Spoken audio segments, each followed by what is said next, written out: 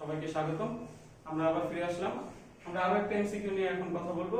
ঘনমাত্রার বিষয়গুলো নিয়ে যদি একটু বলি, পরিমাণগত রসায়নের ক্ষেত্রে যদি দেখি, পরিমাণগত রসায়নে থেকে সাধারণত এমসিকিউ যখন আসে, তো এই ঘনমাত্রার পরিবর্তনগুলো নিয়ে একটু কথাবার্তা বলে ওরা।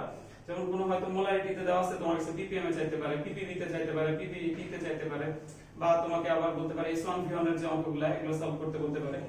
যাক, আমরা আজকে পিপিএম এর যে বিষয়টা এটা নিয়ে যদি একটু কথা বলি। পিপিএম এর অঙ্কগুলো যখন আমরা ইন্টারমিডিয়েটে সলভ করছি, সেক্ষেত্রে আমরা একটা লম্বা প্রসিডিউর ফলো করছি, মানে অনেকভাবে হয়তো অনেকে করছে। কিন্তু এখন তো এমসিকিউর ক্ষেত্রে ওইভাবে করার দরকার নেই, অনেক সহজে আমরা করতে পারি। কিরকম? আমাদের মনে করো একটা ম্যাথ দেওয়া আছে 0.1 মোলার সোডিয়াম হাইড্রোক্সাইড কত পিপিএম বা কত পিপিবি বা কত পিপিটি।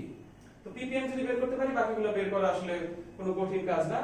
0.1 মোলার সোডিয়াম হাইড্রোক্সাইড বলছে, তাহলে তোমার কাজ হলো এই যে জাস্ট এই রুলসটা একটু মনে রাখা। পিপিএম সমান সমান হলো মোলারিটি ইনটু মোলার ভর ইনটু 1000।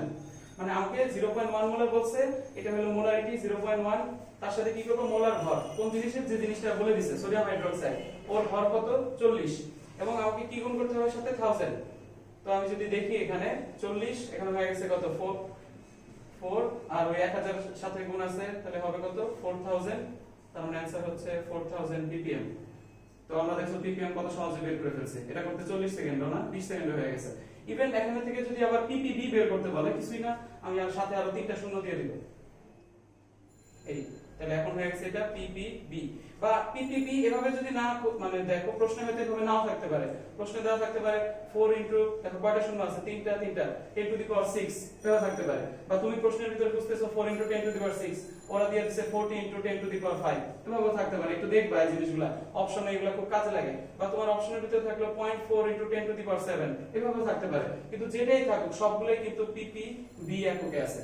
এখন এর সাথে যদি আরো তিনটা শূন্য আমরা অ্যাড করে দিই, তখন এটা পিপিটি তে চলে যাবে। তাহলে বুঝতেই পারছো পিপিএম বের করাটা কত সহজ। তোমাকে যে মোলারিটি দিবে তার সাথে মোলার ভর এবং 1000 গুণ করলেই আমরা পিপিএম এ যেতে পারবো। ওকে, ধন্যবাদ।